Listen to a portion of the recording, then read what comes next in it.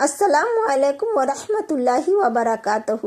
ناظرین، آج ہم ایک خوبصورت حدیث کے بارے میں بات کریں گے جس میں ہمارے پیارے نبی حضرت محمد صلی اللہ علیہ وسلم نے مریض کی عیادت کے آداب سکھائے ہیں۔ یہ حدیث ہمیں انسانیت، محبت اور خیال رکھنے کا سبق دیتی ہے۔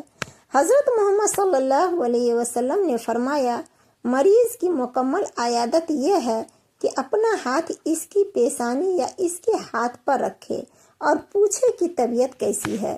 یہ حدیث ہمیں مریض کی عیادت کے حقیقی معنی سمجھاتی ہے۔ مریض کی خیریت پوچھنا اس کی دلجوئی کا بہترین ذریعہ ہے۔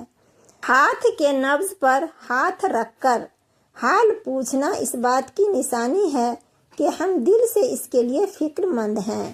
یہ عمل مریض کے دل کو سکون اور محبت کا احساس دلاتا ہے اور یہ سنت نبوی پر عمل کرنے کا ایک بہترین موقع ہے۔ ناظرین، یہ حدیث ہمیں سکھاتی ہے کہ معمولی سے عمل سے بھی ہم دوسروں کے دلوں میں خوشی اور سکون پیدا کر سکتے ہیں۔ آئیں اس سنت پر عمل کریں اور اپنی زندگی کو نبی کریم صلی اللہ علیہ وسلم کی تعلیمات کے مطابق گزاریں۔ اللہ ہم سب کو بیماروں کی خدمت اور ان کی دلجوئی کرنے کی توفیق عطا فرمائے۔ جزاک اللہ خیرا۔